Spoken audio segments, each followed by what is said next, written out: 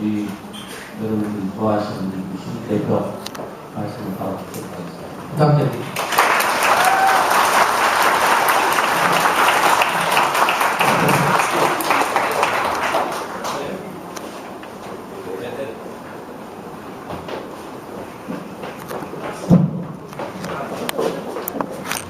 네, 여러분 반갑습니다. 안녕하세요. 자리가 좀 부족한 것 같은데요. 앞에 서 있는 학생들이 앞에 공간이 좀 있으니까 바닥에 앉아도 괜찮으시다면 앞쪽에 오셔서 여기 걸쳐 앉으셔도 되고 편의점 좀 주시하면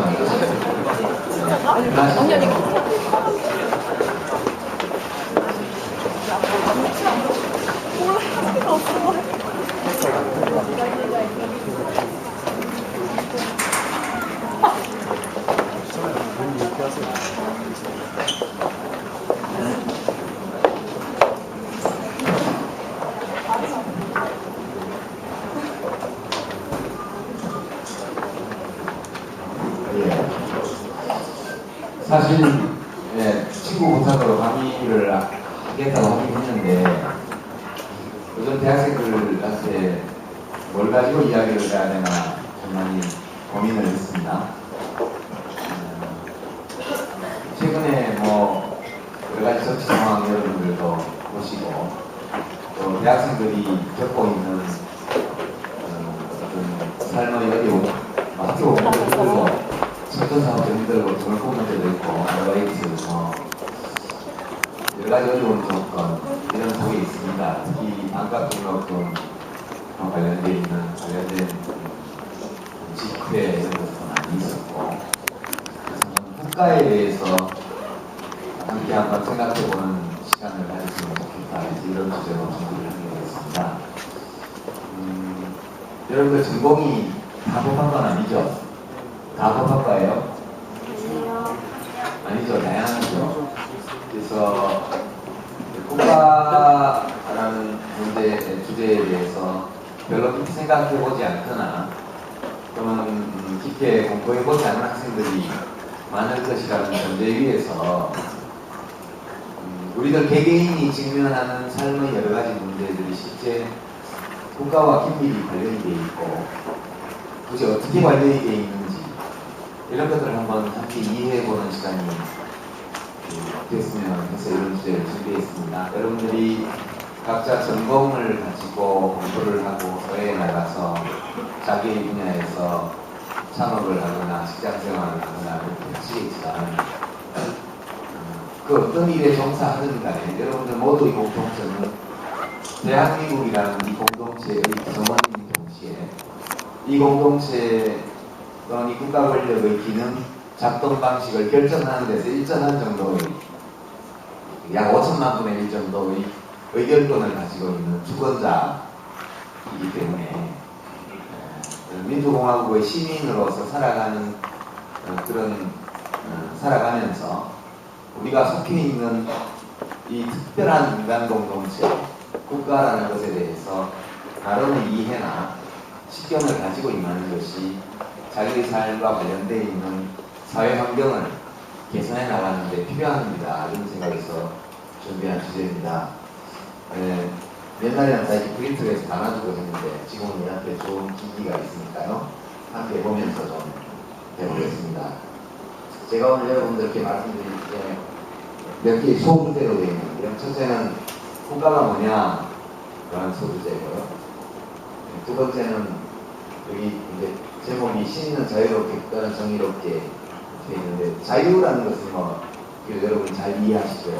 정의가 뭐냐는 게 두 번째 주제고요. 세 번째는 국가의 도덕적 이상은 무엇인가? 어떤 국가가 바람직한 좋은 국가인가? 네 번째는 이 국가 또는 사회를 생각할 때나 우리들 개인을 생각할 때 어떤 상이한 가치 기준이 적용되어야 되느냐 하는 문제. 마지막으로 요즘 진보주의가 유행인데 국가와 관련해서 진보라는 것을 어떻게 이해해야 할까? 이런 5가지 소주제로 준비했습니다. 제가 한 40, 50분 정도 하고요.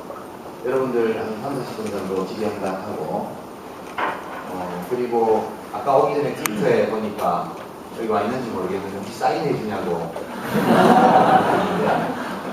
잠깐 동안 아마도 가능하지 않겠냐 이렇게 말씀드렸는데 뒤 일정이 좀 촉박해서 가능 못해드리고 혹시라도 원하시는 분이 있고 제 책을 가지고 오신 분이 있으면 거기에 한해서 미리 예고하면 다시 갖고 오실 것 같아서 그렇습니다. 양해해 주시고 우리 모두는 이제 첫 페이지 좀 이거 제가 넘겨야 될까요? 이거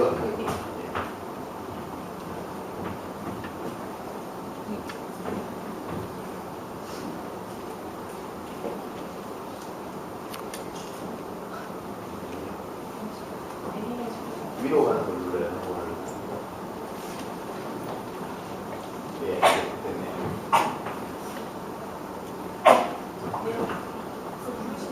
불 좀 꺼야 되지 않나? 이걸로 되는 거 아니에요? 그렇지. 이거 그냥 누르세요. 진짜 안 되면 여기서 하겠습니다.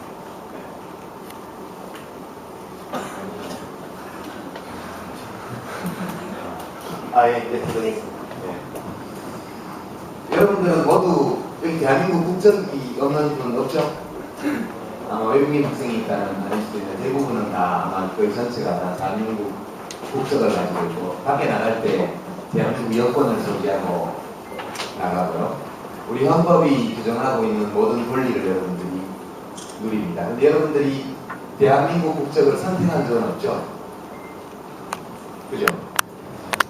뭐 혹시 국적 취득 자격 시험을 봐서 대한민국 국민의 이런 경우를 제외하면 날 때부터 우연히 대한민국에 속한 부모 밑에서 태어남으로써 아주 우연히 눈 떠보니까 대한민국이라는 이 공동체의 일원으로 태어나 있는 거죠. 선택한 적은 없습니다. 그런데 이제 소극적으로 보면 이민을 가지 않고 계속 살고 있다는 것은 사후적으로 선택했다는 그런 해석도 가능할 것 같습니다. 근데 되게 어릴 때 우리가 애국심 교육을 많이 받아서 국가 하면 굉장히 존귀하고 또 우리가 높이 받들어야 되고 아주 중요하고 그리고 국가 속에서 우리 모두가 하나가 된다고 생각하고 국가가 잘 돼야 나도 잘 된다 생각하고 동시에 정서적으로는 뭐 한일전 축구 A매치가 붙으면 축구살기로 빨간 티 입고 가서 응원하고 이런 국가, 우리가 속한 이 국가라는 것이 일반적으로 보면 그 구성원들이 원래 선택한 것은 아닌데 근데 어느 날 태어나 보니까 어느 국가에 속해 있고 그다음부터 그 국가와 동질감을 가지고 비속감을 가지고 살아가도록 훈련됩니다. 그런데 이제 사람들이 되게 언제부터 국가가 오늘날 우리가 보는 이런 국가가 되었을지에 대해서는 별로 생각을 안 하죠. 국가의 역사는 5천년 만년이 되었고 우리들의 삶은 길어야 100년 보통 7, 80년 정도로 우리 삶은 제한되어 있습니다. 되게 사람들은 자기가 살고 있는 시점에서 국가가 늘 그런 상태였던 것은 아닐까 이렇게 보통 생각을 합니다. 우리들의 시야는 되게 자기의 생애 주기에 한정되어 있고 실제 국가의 역사는 그보다 훨씬 길죠. 그래서 이제 국가가 뭐냐 이렇게 물으면 딱 답을 하기가 굉장히 곤란해요. 본질적으로 들어가면 국가라는 것은 정당하고 합법적으로 간주되는 물리적 강제력을 독점한 유일한 인간 공동체. 그렇게 일반적으로 정치학에서는 정의를 해줍니다. 매우 무미건조한 표현인데요. 여기서 제일 중요한 것은 물리적 강제력. 이거는. 그 다음에 중요한 것은 정당성, 합법성. 이런 게 그 다음으로 중요합니다. 국가라는 것을 여러분은 잘 볼 수 없죠. 그렇지만 남자들 경우에 가장 먼저 국가의 따뜻한 손길을 느낄 때 어디죠? 징집 영장이 나왔을 때 국가가 나를 챙기는 거야. 이 징집 영장이라는 것은 젊은이를 부모와 가족에서 강제로 떼내어서 집단 생활하는 공간 속으로 몰아넣고 사람을 죽이는 훈련을 하는 곳이에요. 여기 안 가면 안 돼요. 안 가면 어떻게 되죠? 양심상 못 가겠다라고 한다든가 그냥 가기 싫어서 안 간다고 한다든가 이러면 전부 병력 기피죄로 경찰에 가서 잡아가죠. 국가는 여러분들이 소득 활동을 할 때 여러분들은 아직 2단계가 있지만 여러분의 부모님의 소득의 일부를 뺏어갑니다. 물론 세금이라는 거. 몇 건데 국가가 가지고 가요. 근데 안 내면 잡아가죠. 그리고 법정에 끌려가게 되고 징역형을 살게 됩니다. 이럴 때 국가라는 것이 본질적으로 강제력이라는 것을 알게 됩니다. 왜 이 강제력이 통용되냐? 오로지 복종을 하지 않았을 때 가해질 수 있는 어떤 위험, 위협 이런 것들 때문에만 사람들이 복종하느냐? 그렇지는 않죠. 남자라면 군대를 가야지, 대한민국 국민이라면 국방의 의무를 다해야지 이런 생각이 있죠. 그리고 소득이 있는 곳에 납세의 의무가 발생하면 당연하지.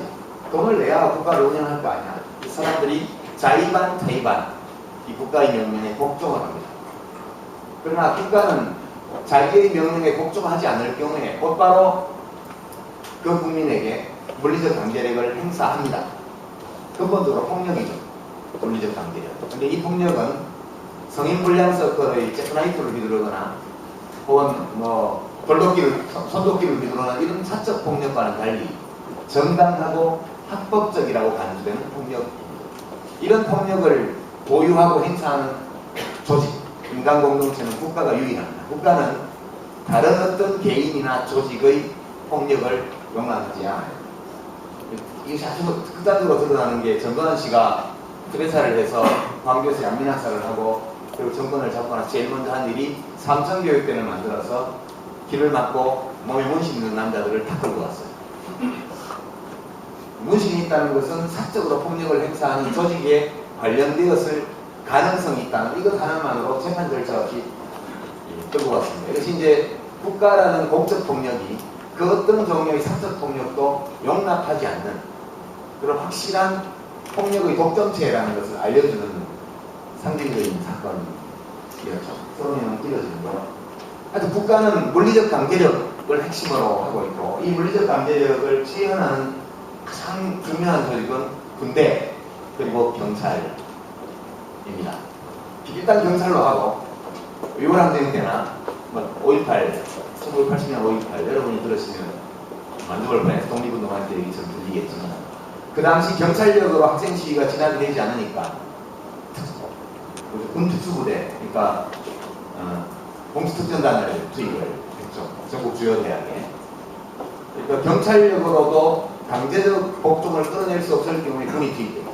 원래 군이라는 것은 이 공동체를 외부의 침략으로부터 막기 위해서 만들어 놓은 건데 외부의 침략이 아닌 사회 내부의 권력에 대한 도전에 응전하기 위해서 국가는 종종 군을 내치 분양을 끌어들입니다. 그것이 이제 쿠데타 하는 것이죠. 신임 쿠데타이든 반정부 쿠데타이든 그런 겁니다. 그러니까 결국 국가의 물리적 힘, 국가의 힘, 권위라는 것은 종국적으로 어디서 나오느냐. 어떤 물리력을 동원한 저항도 진압할 수 있는 더 큰 폭력, 정당하고 합법화된 폭력, 군대, 경찰 이것으로 지연되는 것이 국가예요. 제가 지금까지 얘기한 건 여러분들의 삶과 별로 관련이 없어 보일 거예요. 국가의 본질을 합법적이고 정당한 물리적 강제력 또는 정당한 폭력이라고 간주할 합법적인 폭력이라고 이야기할 때 이 합법적 폭력은 어떻게 발생하는가? 왜 발생했는가? 이걸 봐야 돼요. 이 합법적 폭력이라고 하니까 무언가 계약이 맺어지고 합법성을 부여하는 어떤 절차가 있은 다음에 그 합법적인 절차에 따라서 폭력이 만들어지는 것이 아니고 실제 국가가 발생한 역사를 보면 먼저 압도적 폭력이 구축됩니다. 그런 다음에 그 폭력이 힘으로 자기에게 합법성을 부여하죠. 여러분 삼국지 많이 보시죠? 초한지 아시아의 경우 중국 같은 경우에는 결국 사기열전에 나오는 한고도 유방을 이야기, 진시황 이야기 이런 것도 많이 있습니다. 우리나라로 치면 박혁거세 아래서 나오는 거 있고 좀 많이 있죠. 이제 건국설화. 대개 보면 어떤 개인이 압도적 폭력을 구축해서 국가를 건설하는데 그 정당성을 부여할 만한 요소가 없어요. 그냥 힘이 세다는 것 말고는. 그러니까 출생시나 탄생시나를 조작해내어서 그 사람이 원래부터 그러한 권위를 획득할 자격이 있는 것처럼 이렇게 만들어냈죠. 그것이 되게 건국설화.